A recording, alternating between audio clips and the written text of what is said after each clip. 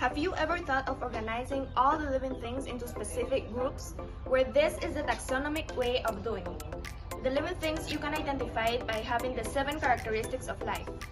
These 7 characteristics of life include the following. Nutrition, meaning that living things have to eat something for them to get energized and for them to get their nutrients. The second one is growth, the increase in cells and the increase in mass that the living things have, that is growth. The third one is irritability. Irritability is simply just living things responding to stimuli. The fourth one would be movement.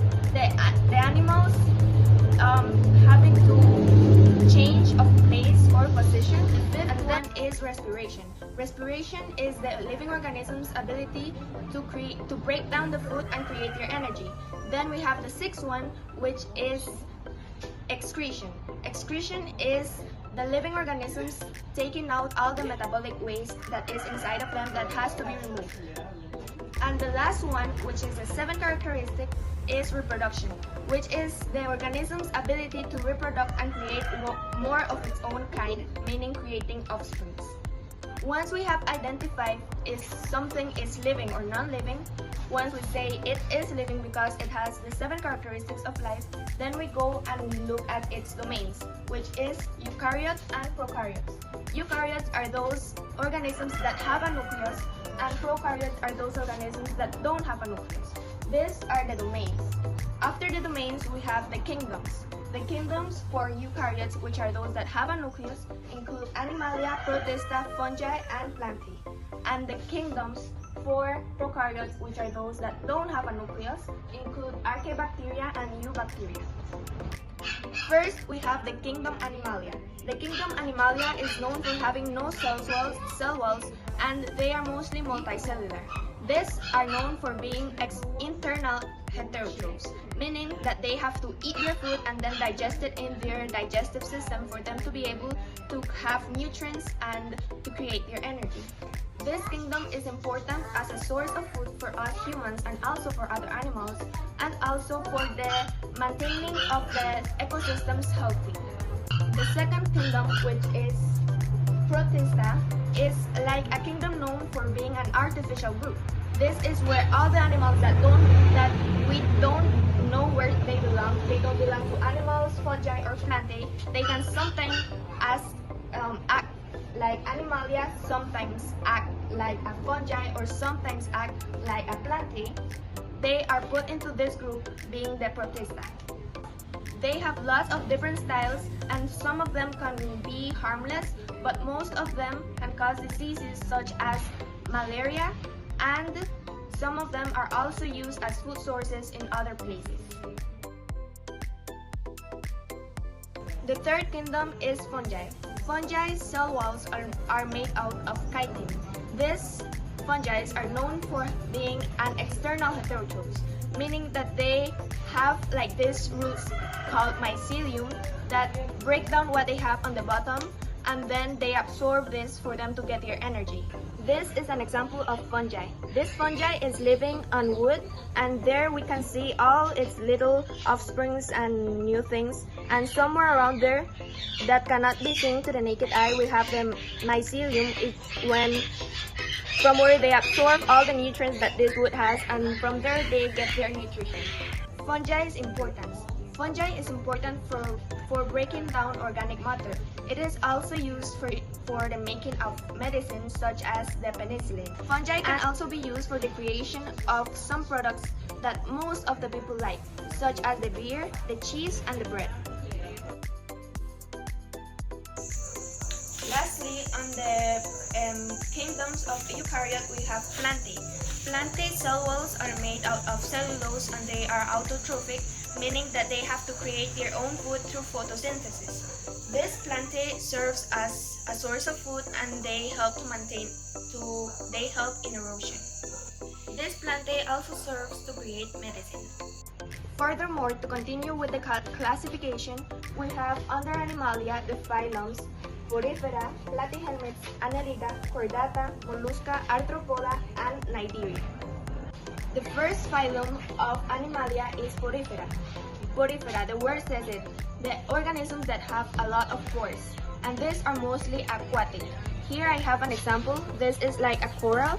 As you can see, it has lots of pores, and through their adult stage, they are no longer immobile, but when they are small, they are mobile through all the ocean. One more of their traits and characteristics is that most of them have cylindrical bodies, as you can see here.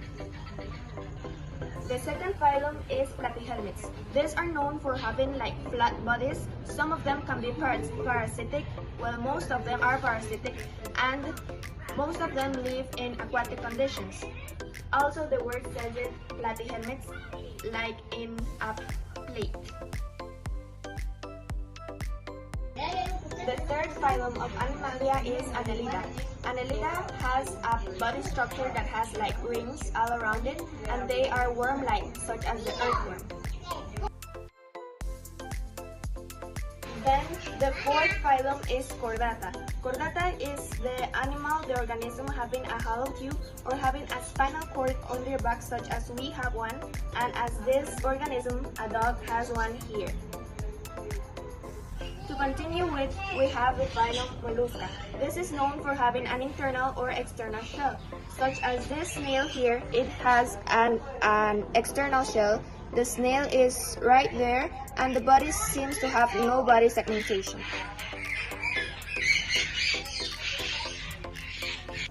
Then to continue with, we have Arthropoda. Arthro, which means jointed, and poda, which means legs. These are organisms that have jointed legs and multiple body segmentations, just as this spider here, that as you can see, the legs are all jointed with different body segmentations. And lastly, in the phylum of Animalia, we have Cnidaria. Cnidaria is considered as having the presence of cnidocytes that can sting. These are all aquatic animals, and some examples would be jellyfish. Then, under the kingdom Plantae, we have more phylums, which is Bryophyta, Pteridophyta, Coniferophyta, and Anthophyta. The first one is Bryophyta. Bryophyta are known for being the smallest plants with the smallest height, and they are known for having no vascular bundles, no seeds, nor they produce flowers. This is an example of Bryophyta. As you can see, it is in small height, it has no seeds, and doesn't produce flowers. And if we see it through a microscope or look more at it, we can look and discover that it has no vascular bundles as well. Secondly, under Plantae, we have Pteridophyta. Pteridophyta are not that large in height as well, but they are much larger than the bryophytes.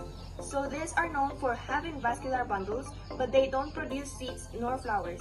And this is an example of Pteridophyta. They are also commonly known as ferns, and as this example, you can see that it is much larger than the bryophytes, but it doesn't produce seeds nor flowers. And then in the third one, we have Coniferophytas. Coniferophytas grow way much taller, they grow very tall, and they have vascular bundles and produce seeds, but they don't have flowers. Their seeds, they produce it in like cones, and an example of this would be a pine. And lastly, we have Anthophytas. Anthophytas are known for commonly flowering plants. They have vascular bundles, they produce seeds, and they have flowers. This is an example of Anthophyta. As you can see, it has its little flowers. At some point, it will create seeds, and if we look more into them, they have vascular bundles. Some of them, their flowers cannot be obvious and so colorful. Now, to continue with the classification, we have the classification of class. After the phylums that we have on Animalia, we will take Chordata. Chordata goes more, and we have the classes, which is Mammalia, Aves, Amphibia, Fish, and Reptilia. Now, after the phylum Chordata, in which I showed you a dog, it comes down onto the class, and we have Mammalia. The dog also falls into the Mammalia group, as they give birth to their own offsprings. So when this mammalias give birth to their young, the females contain mammary glands that allows them to feed their young. Then we have aves. Aves are known for having a beak and feathers. They are also known for having light bones, so most of them can fly, but most of them cannot fly. Here is an example of aves. This is a parrot. As you can see, it has a beak and it has a feather. Their bones are light and therefore it allows them to fly. So thirdly, on class, we have amphibia.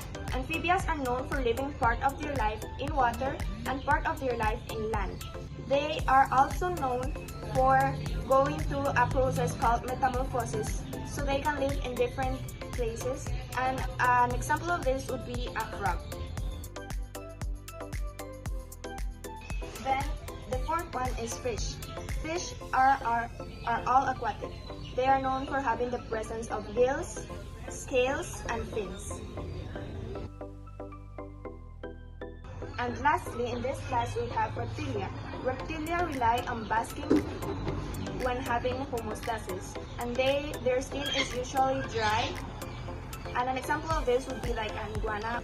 Here we can see an example of reptilia. This is like an iguana, and it is known for having their scaly skin. Then, under the phylum of Anthophyta, which was under the kingdom Plantae, we have the classes monocots and dicots. Monocots are known for having one leaf in the seed, and dicots are known for having two leaves on the seed.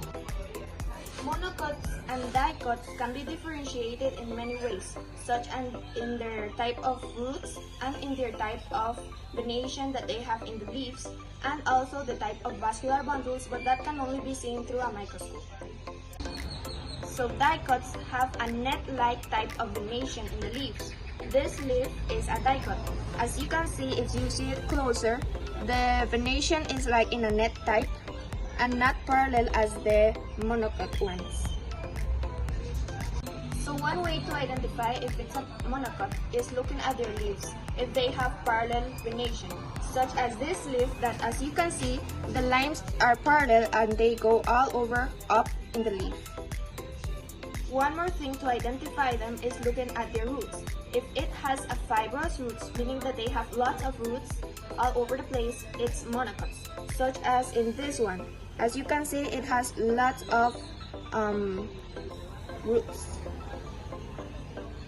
In difference to the dicot has one straight root that comes specifically from the plant, and this is an example. As you can see, they are not all over the place, such as the monocot ones. And referring to the vascular bundles of monocots and dicots, monocots, the bundles are all over the place, randomly mixed, and the dicot ones are in an orderly fashion, in a way orderly way than monocots. So for the domain prokaryotes, we have two kingdoms, which is the Archaebacteria and the Eubacteria. The Archaebacteria, archae means ancient bacteria. They are thought to have been originated a long time ago, and they are used to live in extreme conditions, such as in extreme hot or extreme cold.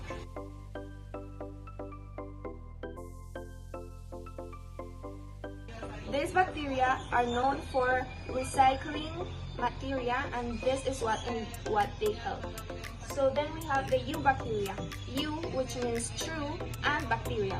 It is true bacteria. They are also known as common bacteria. Some of them can be harmful and some of them are harmless.